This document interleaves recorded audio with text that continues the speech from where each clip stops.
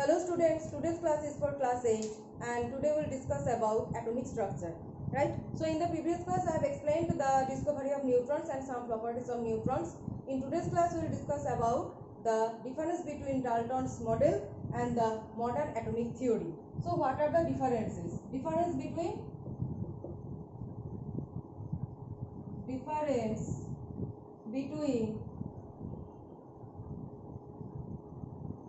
Dalton's atomic model or atomic theory and modern atomic theory. So modern atomic theory we are obtaining from the discovery of subatomic particles, that is proton, neutrons and electrons. All are discovered by J.J. Thomson, Goldstein and Chadwick. So after discovering these subatomic particles we are deriving the modern atomic theory. So what are the differences? So at first the difference is, according to Dalton's atomic theory, atoms are indivisible particles, right? According to Dalton's atomic theory, atoms cannot be divided, indivisible particles. But actually we are dividing atoms in some subatomic particles. That is, we are bombarding beryllium with alpha particles and getting neutron. That means atoms can be divided to their subatomic particles. That is the first difference. So according to Dalton's atomic theory, atoms I am just writing the points according to modern atomic theory. So according to Dalton's atomic theory, atoms cannot be divided. According to modern atomic theory, atoms can be divided. Atoms can be divided into subatomic particles. Okay, this is according to modern atomic theory, and that is the difference between Dalton's atomic theory. First point. What will be the second point? Dalton said that atoms can neither be created nor be destroyed. Okay, neither be created nor be destroyed. But in actual sense, we can generate atoms. That is, we can create atoms by or destroy atom by nuclear fission and nuclear fusion reaction. There are two types of reaction: nuclear fission and nuclear fusion. So whenever we are breaking any atom to subatomic particles, that is the fission reaction, and when we are combining the subatomic particles to form the atom, it is fusion reaction. Okay, so by fusion reaction or fission reaction we can make the atom or we can destroy the atom. So according to modern atomic theory, while Dalton said atoms cannot be divided, that is the point, and we cannot create or destroy atoms. According to modern atomic theory, atoms can be created. Atoms can be created by what? Nuclear fission. Atoms can be created or destroyed.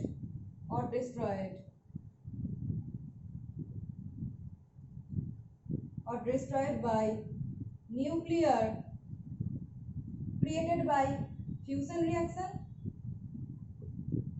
or destroyed by fission reaction, nuclear fission or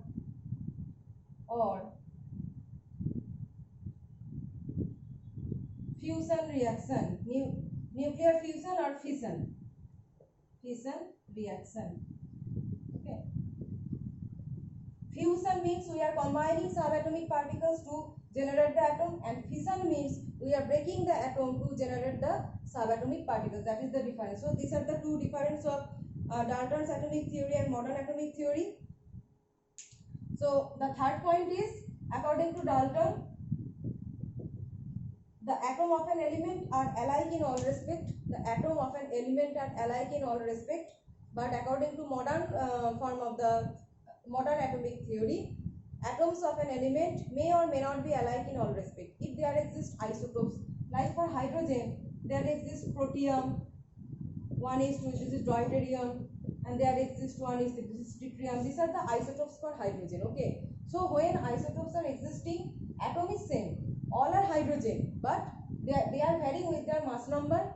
That means their properties are some different. So Dalton said that atom of an element are alike in all respect, but according to modern atomic theory, atom of an element may or may not be alike in all respect. That is, if they are having isotopes, that means they have some differences. If there exists isotopes, that means their properties are different. So according to modern atomic theory, atoms of an atom of element, atoms of element may or may not be alike in all respect. Atoms of element may or may not be alike in all respect.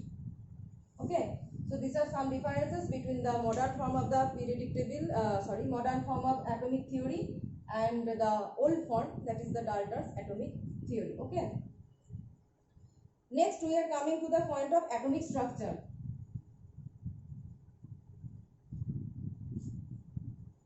Atom and its structure.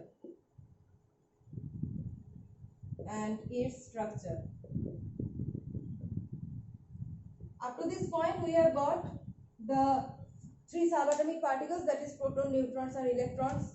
I am again summarizing. Protons are represented as 1p1.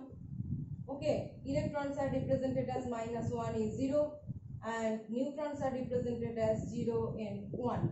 Okay, these are subatomic particles. Now, protons and neutrons combinedly lie in the nucleus, and proton and neutrons together are called nucleons.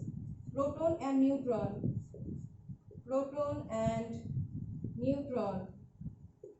together are called nucleons. Okay, so this is the nucleus, and within the nucleus there are nucleons.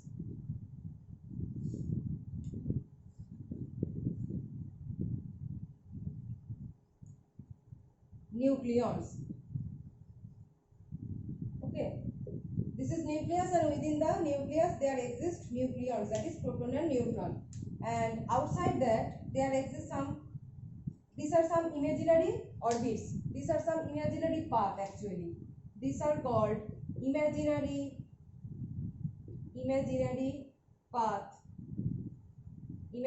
path named as orbits or cells, and electrons are revolving in that cells. Okay, so how an atom can be represented?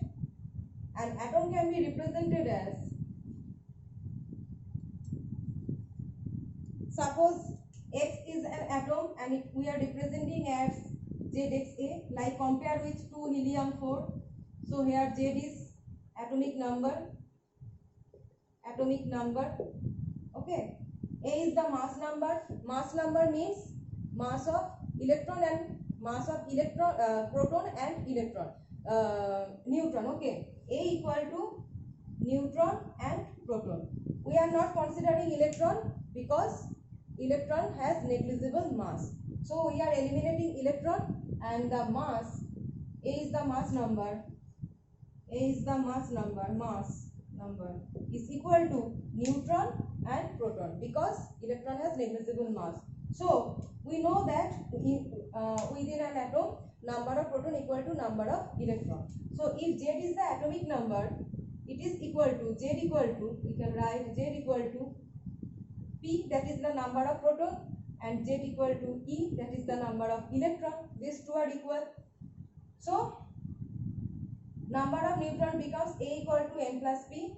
So number of neutron equal to A minus P. So from the mass number, if we subtract Z, that is the proton number, from the mass number, if we subtract Z, that is the mass number, we can get the neutron number. So here neutron equal to, we can also write A minus Z.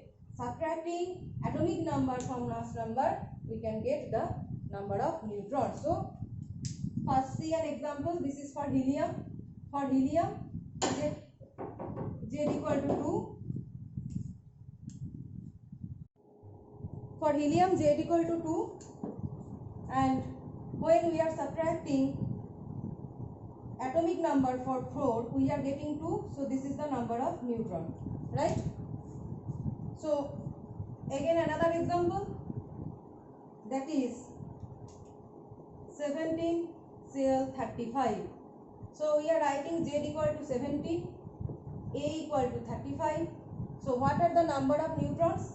Number of neutrons N equal to A minus Z, that is 35 minus 17, and we are getting 18.